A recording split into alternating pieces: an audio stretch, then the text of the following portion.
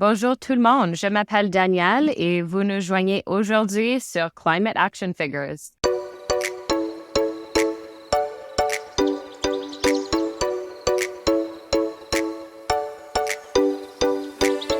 Hello and welcome to the latest edition of Climate Action Figures. As always, my name is John Whidden, and this week on the show you get to meet Danielle.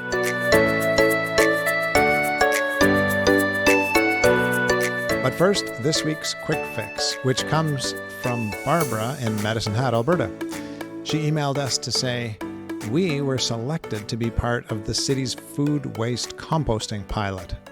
I'm excited to do this, but a little bit icked out by the raw meat, etc. going into my bucket. So I came across this, and she shared with us a link, which I will share in the show notes today and on social media, as a solution. We have a huge pile of old newspaper that I will be using for this purpose. I thought of you and your show. So what she sent in this link was kind of an origami newspaper folded into the compost bucket that looks like it fits beautifully. And then apparently you don't have to worry about it all coming into contact with your bucket and getting icked out. I love that. Welcome, Danielle. What do you think about that quick fix? I think it's great. I think that instead of shying away from doing the composting, that Barbara's finding a solution that helps her take those steps towards making it work. Composting is great. We have a little compost bucket under our sink and we just rinse it out from time to time. We know some people who actually use Javex in theirs, and I think that can't be good for the garden, but it's their way of keeping things clean. Everybody does their own thing, and we end up not throwing away all that compost, which is amazing when you think about how much we actually put into the landfill that could be used for making great soil, right? Definitely. Now, Danielle, you are involved with the Francophone community in Edmonton, correct? Yes. Thus, your great introduction today. Nice to have a French introduction to our podcast for once.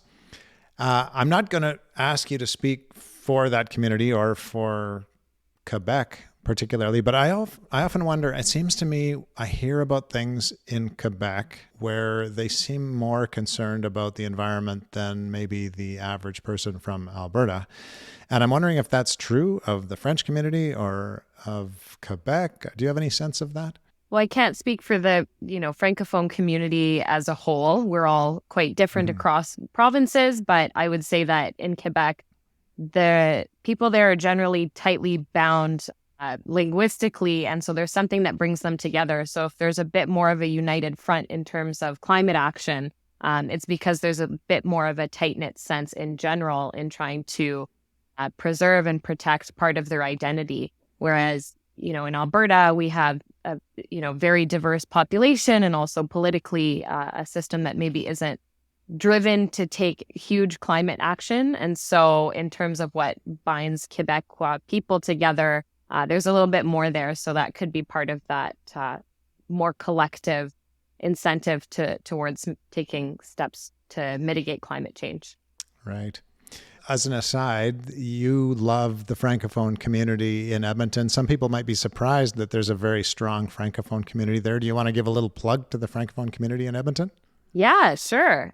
We exist. We are here. We're vibrant. We're pretty awesome. I'm in lots of Francophone schools every day, and it's pretty awesome to see how many people are still speaking French, sending their kids to French school, and maintaining the strong Francophone community that's established here in Edmonton and across the province. Very cool. Danielle, I often seem to leave the climate action from the guest until later in the episode. So just to be different, let's start with it today. What have you chosen as your climate action?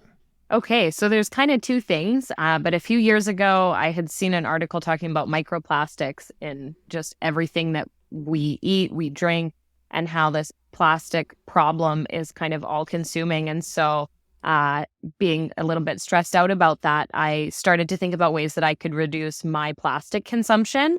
So the two, I guess, small steps, but biggest things that I've done has just been to be really intentional about what I'm purchasing and intentionally avoiding things that are packaged in plastic or wrapped in plastic or processed somehow with plastic. So the first step generally for me is the grocery store. So I don't buy any produce that come in plastic bags or plastic containers. If I absolutely have to, then sure, but I try to avoid it at all costs. So that means selecting vegetables and fruit that are not wrapped in plastic. Sometimes that means going to the farmer's market to get fruit that's in, little cardboard boxes instead, or that is just not packaged whatsoever. And the second thing was just about kind of everyday products. So in terms of like soap and face cream, hair products, stuff like that, I also just took a fairly intentional step to avoid anything that's in plastic. So one of my favorite companies is Rocky Mountain Soap Co. And they have their bar soap that is just wrapped in paper. So again, a super low environmental impact there. It's not a plastic bottle. It's more eco-friendly. It's better for your health. They also have refillable stuff. And then all of their face products come in glass jars, which you can also bring back to them. They wash them and then reuse them for future products. So there's way more of this reduce, reuse, recycle in their whole process, which I really like. So those are kind of some of the steps that I take. So just really being intentional about avoiding anything that's packaged and wrapped in plastic. It's great to see more companies making that available to consumers to refill. I bet you're also a patron of the local refillery. Is that right? Absolutely. Yeah. Right by my mom's house, there's Earth General Store, and they have a huge refill section for everything. So bringing in my bottles there to get cleaning products refilled, or just all the different things that I can have refilled. So reusing my bottles. Yeah, we love our local refillery. To our listener, if you have never discovered your local refillery, there will be one near you. Just look it up and check it out. It's very cool. You mentioned food. We have also tried to avoid food that comes in necessary plastic packaging or unnecessary plastic packaging. But as a result, there are some things we just don't eat much anymore, like grapes. Have you given up on grapes too? I was never a huge fan of grapes. Oh, okay. So that one was an easy one to give up. I think the hardest one was actually meat. I do still eat meat. And what I actually found was great for that was a few years ago, I bought half a cow and the butcher just did everything in paper. So now all of the meat that I have in my freezer is wrapped in paper instead of in plastic. And I very rarely will buy meat that's wrapped in plastic. A lot of times there's some great local butchers that will even do things like chicken in paper instead of in plastic. Yes. And our local butcher probably, actually, I was going to say he thinks I'm crazy, but he doesn't seem to think I'm crazy. I always say I'm the crazy guy with the reusable containers. I'll go in with my Tupperware type containers and they'll put ground beef in there or chicken or whatever I want. So if we just ask, sometimes that'll happen.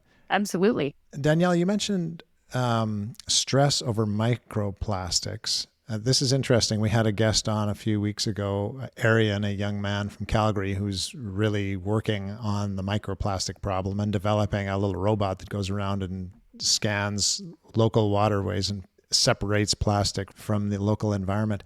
Is stress over the environment a regular thing in your mind all the time, or does it pop up every now and then? Like on a scale of 1 to 10, I've asked some guests before, 1 being it's not a problem at all, and 10 being I can't sleep at night. Where would you put yourself on that scale? I would say probably a 5, but it comes and goes. So it kind of depends on what's going on. When all that research was coming out about microplastics, it was just really shocking because it's in everything. So if it's coming down in the rain and then going into the ground, then it's almost unavoidable. And I think that's what's stressful is the idea that we can't do anything about it. But then I also have to remind myself that human beings are brilliant and incredible. And of course, we can find a solution to it. And I think it's overwhelming when we look at the big picture of, okay, I'm just one person, so what can I do? And that's why I love this idea with your podcast is that it's to take back control. It's actually just the little things that we do that if everybody did a million little things, then it would create great change.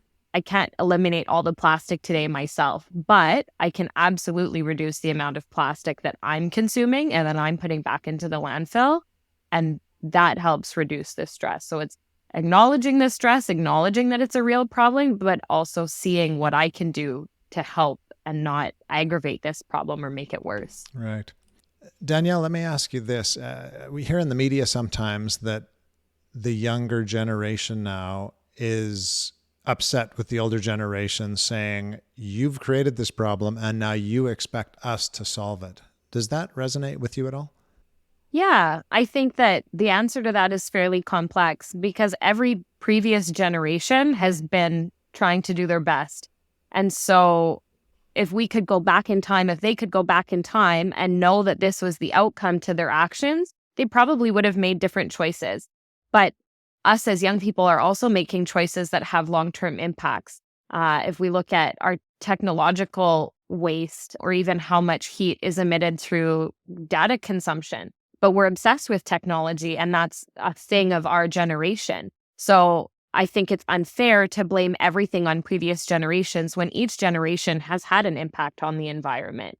And placing blame on other people doesn't actually move the conversation forward in a helpful way. We all have to live on this earth, whether we're 80 or 10 years old. And so taking an approach of taking care of each other and wanting the best for future generations can come from every single generation that's currently on this earth. And I think that's a better solution instead of just blaming others, because blaming doesn't actually have a positive impact moving forward. And we can't undo the actions of the past. We can only change our present actions to have an impact on the future.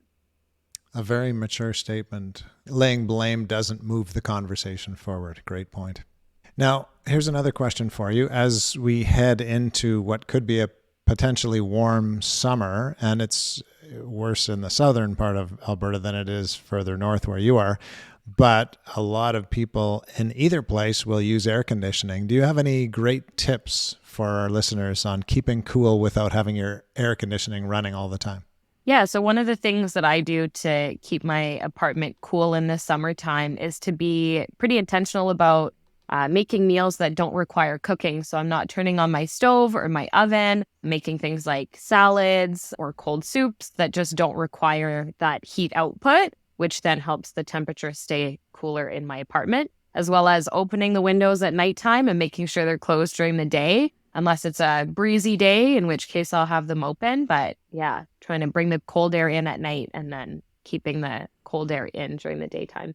Right. We're a bit fanatic about that around here too. We look at the forecast just before bed in the summer and make sure there's going to be no big wind or thunderstorm. And then we open up every window in the house. And, you can hear all the air conditioners running half the night. And in the morning, it's almost too cold in our house. Typically, it'll be, 15, 16 degrees. And when everything is cool in the house, the cupboards, the floor, everything's cool, then that maintains the cool in the house for a surprisingly long time in the day. You may have heard that we have our very own engineer on the program. And since I am kind of a pretend engineer, I hang around with Jeff, so I like to think I'm an engineer too. I will always suggest to people that if they're trying to cool their indoor space and the temperature outside is cooler than the inside, I always suggest to them that they point their fan out the window. So instead of just moving warmer air around the room, we're blowing the warm air out the window, which must cause it cooler air to get pulled in somewhere else. Do you ever do that? No, but I don't have a fan in my place, actually. So if I did, I would definitely try it. So one of the things that I think we don't often consider in terms of trying to keep the temperature down in our places, especially in the summertime, is how much heat is emitted by our screens. So TVs being on for quite a while, even computers, desktops, laptops, they do emit quite a bit of heat. So making sure that the TV is turned off when you're not watching it, making sure that your computer is off when you're not using it. So things like that definitely have a big impact because they do emit heat. So those definitely help to keep the temperature cooler. Yes, for sure. And sometimes you go into someone's house and their TV's on all the time because it's got some beautiful scene from a beach somewhere. And I think, that's beautiful, but your TV's on all the time, really? Or I often will see people's phones are sitting on the counter and they're on. I think just click the button and shut it off. You're going to save some battery, save some energy. We actually have one of those energy testers that you can run any of your electrical appliances through and see how much energy it takes. And we've checked things in our house, done some crazy experiments like, is it more efficient to boil water with a kettle or the microwave? And the kettle wins hands down, almost half as much power as the microwave. But the interesting thing that we've found out through the various experiments we've done is how much power bleeds through things that are just plugged in but not on. I'm trying to think of the worst one. You know what? We have a heating pad, and you plug in the heating pad, and you have it off so it's cold, and it is using as much power as a small light bulb all the time. So we're a bit crazy with that too, and unplug everything all the time. I don't know if you think about that. Yeah, my old roommates used to unplug everything. So all of the appliance, the coffee maker, the kettle, the TVs, the lamps even. So for example, in the morning, I unplug my lamp beside my bed because I don't use it during the day when I'm gone. And then at nighttime when I want to use it, I plug it back in. And yeah, it's a mindful habit, but it does add up over time to just not have everything plugged in because that ghost energy is still being used when you're not using that appliance. Absolutely. Or a power bar. We have our TV and stereo and everything that's set up downstairs on a power bar. So we just switch it all off all the time until we're watching it. So we're nearing the end of our time together, Danielle. I wonder if you would tell us what gives you hope in this world today. I think the biggest thing that brings me hope is just the idea that human beings are brilliant and have always found ways to survive in the most complex, complicated, and stressful situations. And so while climate change might be scary and overwhelming, I think there are a lot of people working on some really great things. And we all have a desire to live and to live in a wonderful world. And so it gives me hope that we will continue to further research, produce new technology, and find ways to repair some of the damage that's been caused to the earth and find ways to move forward in a greener way and in a way that's more sustainable that will allow us to live on this earth for a really, really long time for many generations to come. Well, that is a hopeful message indeed. And we thank you very much for taking time to be here with us today, Danielle. Thank you for having me on the show. And thank you for being here, dear listener. If you know of a youth who should be on Climate Action Figures, please send us an email or get in touch via social media, and we'd be happy to have a new guest on the podcast. We will be back again next week, same time, same place, to hear from another Climate Action Figure. Until then, go figures! This has been Climate Action Figures. Our show is produced and hosted by John Whidden. Our creative consultant is Kayla McIntosh. Our theme song is Hawaii Vacation by Kavari. You can find us on Instagram, Facebook, and YouTube at Climate Action Figures. That's all one word. And if you have any other questions or comments that arose from this or any episode, feel free to reach out to us at climateactionfigures@gmail.com. And thank you for listening. We'll be back next week with another Climate Action Figure.